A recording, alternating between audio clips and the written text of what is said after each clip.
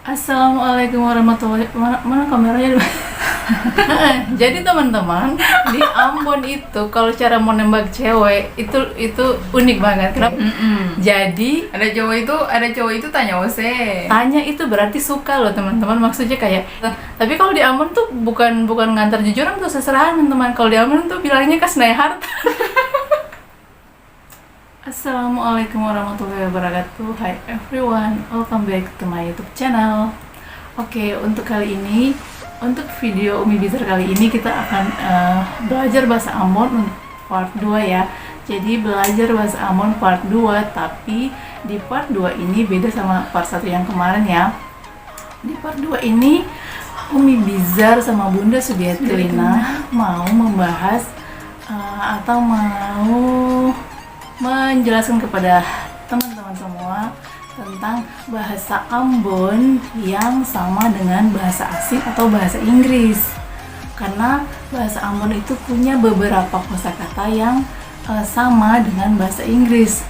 Nanti kita bahas di video kali ini. Oke, but before kita mulai video ini, alangkah baiknya teman-teman jangan lupa untuk subscribe channel Bunda Sudiati Lina dan channelnya Umi Juan Bizar. Satu lagi, ponakan saya, channel Eki Genacho. Dan untuk teman-teman yang udah lama yang selalu stay, terima kasih banyak sudah selalu support. Dan sekali lagi mohon dukungan subscribe-nya bagi teman-teman yang baru bergabung. Oke, yuk kita mulai video selanjutnya. Oke, kembali lagi di bahasa Ambon part 2. Jadi ini kita ngomongnya agak bisik-bisik ya, soalnya si bocil-bocil lagi tidur. Jadi ini aku mau menjelaskan kepada teman-teman yang sebelumnya sudah saya jelaskan ya tentang kata-kata atau ada beberapa kosakata bahasa Ambon itu yang sama persis dengan bahasa Inggris ya. Ya, jadi kami itu sudah familiar di sana dengan kata-kata Ambon yang seperti bahasa Inggris yang sering kami pakai sehari-hari di sana ya. Oke, kita mulai. Yang pertama itu ada di posisi pertama itu yaitu macis. Jadi teman-teman, kalau orang-orang tua di Ambon itu mereka kalau bilang korek api itu macis ya. Jadi orang Ambon kalau bilang korek api itu apa, Lina? Macis ya. So yang kedua orang Ambon kalau bilang terima kasih itu dangke. Jadi misalnya nih, aku memberikan pulpen ini ke Sudiati Lina, terus Sudiati Lina bilang Dangke lagi. Iya, sama-sama. Jadi misalnya saya memberikan misalnya teman-teman memberikan pulpen ini kepada saya gitu ya. Jadi nanti pas teman-teman ngasih, terus saya mengucapkan dangkelai, atau misalnya yang ngasih cewek saya bilang dangkelai nona atau usi Atau dangkelai usi. atau dangkelai om atau bu atau nyong gitu ya. Jadi dangke itu artinya terima kasih dan macis itu artinya korek api kalau di Ambon. So Macis korek api. sama ya kayak bahasa Inggris ya. Yang di video pertama kan namanya garis. Ya, garis itu yang biasa dipakai untuk kalangan-kalangan kayak anak-anak biasa. Tapi kalau biasa kayak macis itu rata-rata dipakai untuk orang tua ya. Iya, macis itu untuk orang tua. Biasanya orang tua itu kayak nenek saya dulu ya, kalau nenek saya kayak kalau paman-paman saya dulu kalau datang di rumah saya itu mereka kalau nyuruh ngambil garis atau korek api itu mereka nggak bilang garis atau bilang korek, mereka suruh ngambil macis. Jadi macis itu korek api. And kita lanjut ke yang berikutnya. By the way teman-teman, ini saya pakai buku ini. Yang kedua, yang ketiga itu ada fork. Jadi fork itu berarti garpu ya. Jadi saya masih ingat dulu zaman saya masih kecil dan saya juga sering menggunakan kata-kata fork ini ya. Jadi nenek saya dulu nih, nenek saya yang orang Banda itu, yang orang rada-rada Belanda itu ya. Dia kalau nyuruh saya ngambil garpu itu bukan ambil nenek garpu dong, enggak. Dia kalau nyuruh itu ambil dulu buat nenek itu fork. Ambil dulu fork. Tapi dia bilangnya fork. Fork ya. Fork. Jadi fork Bilangnya- di meja. Tapi bilangnya bukan forok. Forok karena mereka orang tua ya. Karena orang tua jadi bilangnya forok. Tapi ada juga kayak misalnya oma-oma yang lainnya juga kadang-kadang mereka bilang fork. Jadi fork. Jadi orang Ambon bilang garpu itu fork. Fork atau forok. Ya. Fork atau forok. Sambal forok itu garpu teman-teman. Dan yang ketiga yang ini kalau ini dipakai untuk semua kalangan yang ada di Ambon ya, mau anak kecil, mau orang tua, mau anak muda, anak gaul, anak apa, pokoknya semua pakai ini, yaitu cili. Jadi Cili. kata-kata cili itu di Ambon sudah sangat familiar. Cili. Kalau di Kalimantan sini bilangnya Kalau lombok. kami di Kalimantan di sini, kalau di tempat tinggal saya yang sekarang ini, kami di sini bilangnya lombok. Bukan lomboknya Agiwa ya, bukannya Aya. Ajan Lomboknya Agiwa. ajan kepedean ya Aya, bukan loh. Jadi cili itu artinya cabai rawit. Jadi misalnya nih, cabai keriting. misalnya nih aku mau ke pasar nih, aku belanja sama tante-tante di pasar. Tante, cilinya harganya berapa? Kalau di Jakarta mungkin kita bilang Cabai. Mbak atau Bude atau Bule, cabainya berapa sih kilo? berapa? Tapi kalau di Ambon kita ngomongnya cilinya berapa 1 kilo. Cilinya berapa 1 kilo? Jadi sama ya kayak bahasa Ambon. Jadi cili artinya cabai rawit. And the next ke kata yang berikutnya yaitu vakansi. Jadi kalau bapak saya itu kalau misalnya dulu aku masih ingat nih, kalau misalnya kita mau liburan ya ini ke desa ya. Jadi bapak saya itu kalau ngomong itu bukan liburan, tapi dia kalau ayo siap-siap sudah kita mau vakansi nih, vakansi. Tapi bilangnya vakansi. Vakansi. Tapi kalau di bahasa Inggris kan vacation ya, vacation. Tapi kalau orang Ambon itu suka bilang rata-rata vakansi. Jadi vakansi itu sama ya kayak bahasa Inggris ya. Pokoknya sama deh, cuma beda di penyebutannya karena mungkin lidah orang Ambon itu orang Indonesia tuh beda ya. Jadi mungkin karena dulu tuh zaman-zaman dulu tuh mungkin karena banyak orang-orang Belanda gitu mungkin ya di kota Ambon gitu, terus ada karena dulu kan kita kan dijajah-jajah gitu ya, mungkin jadi nenek moyang kita dulu itu ya suka pakai bahasa kayak gitu. Jadi kalau nenek saya, bapak saya itu kalau ngomong liburan itu bukan liburan, tapi mereka ngomongnya tuh vakansi atau vakansi gitu loh. Biasanya itu kalau orang tua dulu tuh bilangnya vakansi. Vakansi, ada yang bilang vakansi, ada yang bilangnya vakansi. Ada yang bilang vakansi, tapi kalau bapak saya suka dengar dia bilang vakansi. Ayo kita mau vakansi nih. Jadi kita kalau mau vakansi sudah siap-siap ya. Dan saya juga dari dulu sampai saya sudah lulus SMP, saya masih sering bilang itu vakansi ya, karena saya mungkin bapak ya di rumah suka bilang vakansi.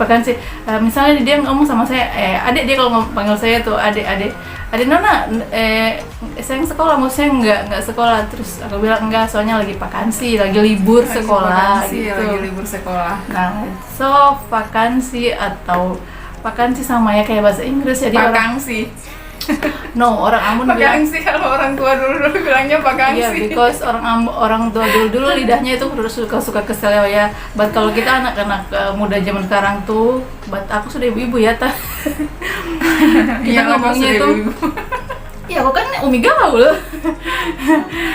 Jadi kau udah mau dibilang tua, Bang? Aku masih 17 tahun naik sedikit. Kalau aku 16 tahun. Jadi vakansi itu artinya liburan, sama ya kayak bahasa Inggris vacation. Dan kita next ke yang berikutnya yaitu kadera. Tapi kalau kadera ini kadera ini zaman saya masih kecil juga saya nggak pernah bilang kursi ya, karena papa saya selalu bilang kadera. Dan kadera itu dia seperti bahasa Arab, teman-teman. Kadera. Kalau nggak salah sih Arab itu kadera juga ya. So kita lanjut ke yang berikutnya, ada haliyah. Jadi orang Ambon itu haliyah itu bumbu masak ya. Jadi orang Ambon kalau nyebut misalnya mau belanja di pasar nih beli haliyah, nggak pernah kami nyebutnya beli jahe ya, tapi kami nyebutnya itu beli haliyah. Oh, sama dengan bahasa Malaysia. Haliyah ini the same with Malaysia language. Yeah. Sama ya, sama bahasa Malaysia ya. Jadi kami di Ambon sebutnya haliyah juga. But di Malaysia juga sebutnya halia. Malaysia halia. Iya, Malaysia halia ya kan. Halia. Kan upin ipin jadi Ipin, halia ya. Sama kurang lebih lah ya, beda-beda tipis. So next yang berikutnya ada patatas. Patatas. Jadi kami di Ambon kalau bilang ubi jalar, kami bilangnya patatas. But Patatas. patatas itu aku pikir hampir-hampir dengan potato ya. Iya. Kalau Bahasa bahasa Inggris. kalau bahasa Inggrisnya potato itu kan kentang ya, Kentang. potato. Iya. Tapi kalau di Ambon itu ngomongnya patatas, tapi patatas itu kentang yang ubi jalar. Ubi jalar. Masih satu family ya sama kentang. Kalau kentang ya namanya juga kentang. Kalau kentang tetap kentang, tapi kalau ubi jalar patatas. Patatas. So kita lanjut next, papaya. Papaya ya. Nah, kami di Ambon nggak nyebutnya papaya, tapi kami nyebutnya papaya. Papaya. Pokoknya papaya. Itu di Papaya. Ambon nyebutnya papaya. So bahasa Inggris juga kan papaya ya. Jadi sama ya, sama kayak bahasa Inggris, bahasa Ambon sama kayak bahasa Inggris. And then next, ini juga Pork. paling familiar sama kami di Ambon. Dan saya juga kalau di tempat kerja saya, terkecuali di rumah ya. Kalau di rumah kan saya jarang pakai, tapi saya biasanya pakai ini di tempat kerja saya. Itu rata-rata kalau untuk orang Ambon itu, kalau mereka bicara misalnya saya ngasih Lina nih, saya mau ngasih Pulpen. ini Lid, pulpen ini saya mau ngasih buat kamu ya. But di sana kami nggak bilang buat, atau kalau bahasa Ambonnya itu biasa buat itu par, misalnya ini par OC atau OC. buat kamu. Kami di sana nggak bilang buat, tapi kami bilang for atau par ya, jadi mirip ya. Nah misalnya aku ngasih nih ya, Lina ini for OC atau for kamu. Jadi ini proses. jadi kata-kata for di Ambon itu sudah sangat familiar ya, kami gunakan di sana. Jadi for dalam bahasa Ambon artinya untuk, dan sama for dalam bahasa Inggris artinya juga untuk ya. Jadi bahasa Inggrisnya for sama bahasa Ambon sama-sama artinya untuk, teman-teman. And then next ke kata yang berikutnya yaitu Sigaret. rokok. Rokok ini sama juga, cigarette. Saya ingat banget ya, paman saya waktu itu datang sama itu, dia bilangnya cigarette kan? Sigaret. Iya, ngomongnya cigarette. Ini cigarette juga sama kayak bahasa Inggris. Jadi cigarette itu artinya rokok. Jadi orang-orang tua-tua dulu suka ngomongnya ambilkan cigarette, bukan rokok ya. Sigaret. Dan yang lanjut yang kata-kata berikutnya yaitu kerko, teman-teman. Kerko. Jadi kerko. Jadi kerko itu artinya kuburan. Kuburan. Misalnya nih orang Ambon speak kerko sana. Jadi bahasa Ambon itu bilang maksudnya kamu ke kubur sana gitu ya, maksudnya kayak mati aja gitu ya. Jadi kerko tuh artinya kuburan. But kerko ini saya nggak tahu ini bahasa Inggris atau bahasa Belanda, saya nggak ngerti juga. Cuman ini tulisannya bahasa luar ya, bukan bahasa Ambon. Jadi tapi orang Ambon itu sudah familiar dengan kata-kata kerko ini, teman-teman. Jadi Kerko. tapi kalau kerko itu kami gunakan pada saat kami marah gitu. Iya kan, Lin? Iya. Biasanya orang Ambon tuh kalau sudah marah, jengkel banget, terus pasti ngomong you pikir kok, Speaker kok sana pi? you pikir kok, gitu. Itu kata-kata kerko itu biasanya ya kalau dalam tanda kutip ya itu sudah marah banget. Sudah marah banget. Atau juga kayak misalnya mau ngomong di mana, di dekat kerko situ, misalnya rumahnya misalnya kamu punya rumah di mana, Lin? Di dekat kerko situ, dapat kuburan situ. Kuburan situ. Dekat kerko situ. Itu berarti kerko itu kuburan. Jadi kalau teman-teman ke Ambon dengan kata-kata kerko itu jangan kaget, kerko itu artinya kuburannya. Terus kalau ke Ambon juga kalau lihat orang-orang bilang for itu jangan kaget, karena itu sudah kami biasa pakai dan gunakan sehari-hari. Terus ada yang berikutnya ini laste. Kami juga di sana sering, zaman saya masih kecil dulu waktu main gici-gici, orang di sini ngomongnya apa ya? Apa Apa ya gici-gici itu? Gici-gici itu yang kita gambar tanah, terus ada kotak-kotak, terus kita lompat nanti lempar-lempar batu gitu, terus gici-gici. Nah kalau misalnya kita main zaman saya masih kecil gitu ya, misalnya saya yang terakhir, terus orang Ambon suka bilang kamu yang laste gitu. Iya, kamu yang laste. Ya, karena Ose yang laste. Atau kamu yang laste atau Ose yang laste, karena laste ini laste atau last artinya kalau bahasa Inggris itu terakhir ya. Jadi di Ambon itu kalau ngomong yang terakhir, ih kamu datangnya paling laste, misalnya kayak Lina, dan kamu datangnya laste banget sih gitu. Maksudnya aku datang paling laste, aku datang paling terakhir. Ya sudah aku laste aja deh. Aku terakhir aja deh. Mestinya beta laste aja deh. Jadi kata-kata Ambon itu paling banyak ya. Sama banget sama bahasa Inggris. Jadi laste itu artinya terakhir. Sama kayak bahasa Inggris the last, kayak misalnya ada judul film tuh The Last Samurai. Jadi terakhir ya. So next, kayak kata yang berikutnya yaitu ada giawas. Ya teman-teman, jambu biji ya? Jadi di Ambon itu kami nyebutnya bukan jambu biji, kami nyebutnya giawas. Ada yang bilang juga Gijawas. So kalau dalam bahasa Inggris ini namanya guava ya. Jadi beda-beda tipis teman-teman giawas. Aku rasa juga mungkin dulu karena nenek kita mulutnya keseleo dikit. Iya. Makanya guava jadinya giawas. Lidahnya orang-orang Indonesia ini kan beda ya sama orang Inggrisnya. Jadi ngomongnya itu bukan kalau bahasa Inggrisnya kan kayak tulisannya itu kan guava ya, tapi kalau kami di sana bilangnya giawas Atau gijawas. Jambu biji itu giawas teman-teman. Jadi kalau ke Ambon terus dengar orang bilang makan giawas berarti itu makan jambu biji. And then yang terakhir ini kami sudah sangat familiar dan bahkan saya hampir setiap hari mengucapkannya buat kalau saya lagi jengkel sama Bunda ini. Kalau zaman dulu ya, zaman dulu kan sering musuhan nih sama dia. Kita berdua waktu kecil sering musuhan. Sekarang aja baru akur ya. Dulu saya sering bilang slap ose. Jadi bet slepos. Bukan bet slepos. Kata-kata yang terakhir ini itu slap. Jadi slap dalam bahasa Ambon artinya tampar. Sama ya kayak bahasa Inggris juga slap artinya tampar. Jadi tampar itu di Ambon, kalau misalnya ke Ambon terus dibilang beta tampar lu sih, beta slap, mesti beta slap nih. Nah, berarti itu saya tampar kamu. Jadi sama banget ya Lina ya. Bahasa slap. Ambon slap, kami di sana ngomongnya slap, but Inggris juga slap itu artinya tampar. Jadi apakah kamu mau di-slap sama saya? Beta seng mau. Jadi banyak banget ya teman-teman ya kata-kata di Ambon itu yang sama dengan bahasa Inggris. Masih ada lagi ya, sebenarnya itu masih banyak lagi, cuman kadang-kadang otak ini suka lupa. Nanti kita bahas lagi di bahasa Ambon part 3. Masih diingat-ingat dulu ya guys. Nanti kita Oke teman-teman. Ini kata-kata yang bahasa Inggris nanti selanjutnya kita akan bahas kalau orang Ambon lagi kasmaran, orang Ambon lagi baru lagi pacaran sampai menikah. Ini saya ceritain lucu nih. Oke teman-teman, kita nyambung lagi ke orang Ambon lagi jatuh cinta nih. Ambon lagi jatuh cinta. Misalnya nih anak muda Ambon ini misalnya misalnya aku cowoknya, aku naksir sama si Lina ya. Tapi aku tuh kayak mau ngungkapin gitu, malu. Tapi misalnya aku nih laki-laki, aku sering lihat si cewek itu mondar-mandir depan rumah tiap hari gitu kan. Naksir nih, beta naksir nih sama dia nih.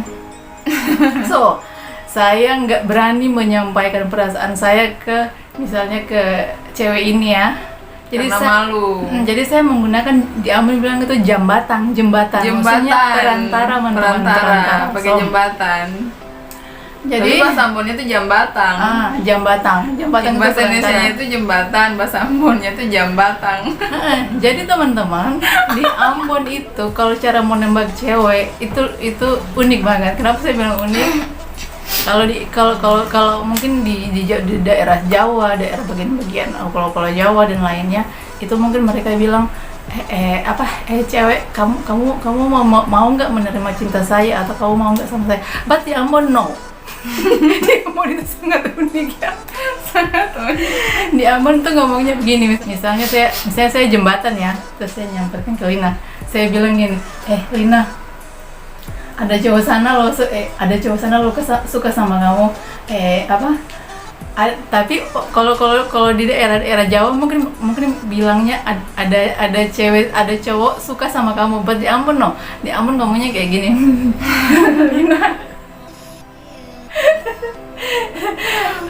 Nina, ada cowok satu tanya Ose. Jadi ada cowok itu tanya Ose. Tanya itu berarti suka loh teman-teman. Maksudnya kayak dia mau mengungkapkan perasaannya. Tapi kalau di Ambon itu istilahnya singkat, dipersingkat. Maksudnya beta tanya Ose atau dia tanya Ose. Maksudnya kalau sudah tanya itu, kalau sudah ada kata-kata tanya, berarti itu orang itu sudah kayak suka, jatuh cinta gitu loh teman-teman. Jadi misalnya kalau bahasa Indonesianya kan nembak ya. Kalau bahasa Indonesia nembak. Saya nembak, kamu mau nggak sama aku gitu. Jadi nanti si perantaranya nih ngomong gini. Nah, ada cowok tanya kamu, maksud tanya dalam tanda kutip itu maksudnya dia itu suka sama kayak si Nina ini atau sama kamu sama siapa gitu. Jadi tanya itu berarti suka loh, maksudnya kamu mau nggak gitu. Kalau misalnya mau ya oke. Dan kalau kayak sudah pacaran terus sudah sampai ke mau jenjang pernikahan gitu teman-teman. Kalau di sini itu misalnya si cewek si cowok udah udah mau menikah ya, misalnya sudah srek terus mau nikah nih. Nah, kalau di sini itu namanya jujuran, mau ngantar jujuran. Mungkin kalau di daerah Jawa itu apa ya? Seserahan atau gimana ya? Iya, kalau di bahasa Kalimantan sini bilangnya jujuran. Kalau bahasa Kalimantan sini bilang jujuran atau ngantar seserahan gitu ya. Ini seserahan ya. Kalau tapi kalau di Ambon tuh bukan ngantar jujuran tuh seserahan teman-teman. Kalau di Ambon tuh bilangnya kasih harta. Di Ambon bilangnya kasih naik harta. Kalau mau naikkan jujuran tuh bilangnya kasih naik harta. Di Ambon bilangnya habis itu kalau kasih naik harta teman-teman. Meminang si calon istrinya itu bilangnya masuk minta. Iya, kalau misalnya mau meminang, kalau misalnya sudah oke terus mau meminang, kalau di daerah Jawa sana mungkin bilang meminang. Atau di sini juga minang ya, di sini juga pinangannya. Di Ambon ngomongnya mau maso minta. Berarti kalau maso itu artinya itu masuk. Masuk berarti maksudnya meminta perempuan yang dia taksir itu. Iya, jadi si Umi ada cowok yang mau masuk minta dia gitu. Ya masuk minta berarti sudah dipinang ya. Nah, naik ke tahap selanjutnya itu ngantar jujuran, atau kalau orang Kalimantan sih bilang ngantar jujuran. Orang sini bilang. Orang di Jawa bilang apa tadi tuh? Pinangan, sudah dipinang gitu ya. Seserahan. Kalau di Ambon bilangnya kasnai harta teman-teman. Kasih naik harta. Jadi kami di Ambon tuh seperti itu. So teman-teman, mungkin sampai di situ dulu ya. Iya. Video bahasa Ambon part 2 yang tentang persamaan bahasa Ambon yang sama dengan bahasa Inggris. Dan tadi saya sudah ceritakan tentang gimana sih orang Ambon kalau lagu jatuh cinta pertamanya terus sampai mau ke jenjang pernikahan. Cukup sampai di situ dulu. Nanti teman-teman kita sambung lagi ke bahasa Ambon part 3. Jadi bersambung terus ya. Terima kasih teman-teman sudah mengikuti video ini. Jangan lupa like, comment, dan subscribe. Jangan lupa subscribe channel Umi Juan Bizar dan Bunda Sudiatrina serta ponakan saya Eki Genacu. Oke, makasih banget sudah setia nemenin kami di video ini. Jangan bosan-bosan ya. Dan terima kasih sudah menonton. Happy watching. See you, dadah, bye bye. See you next time. Dadah.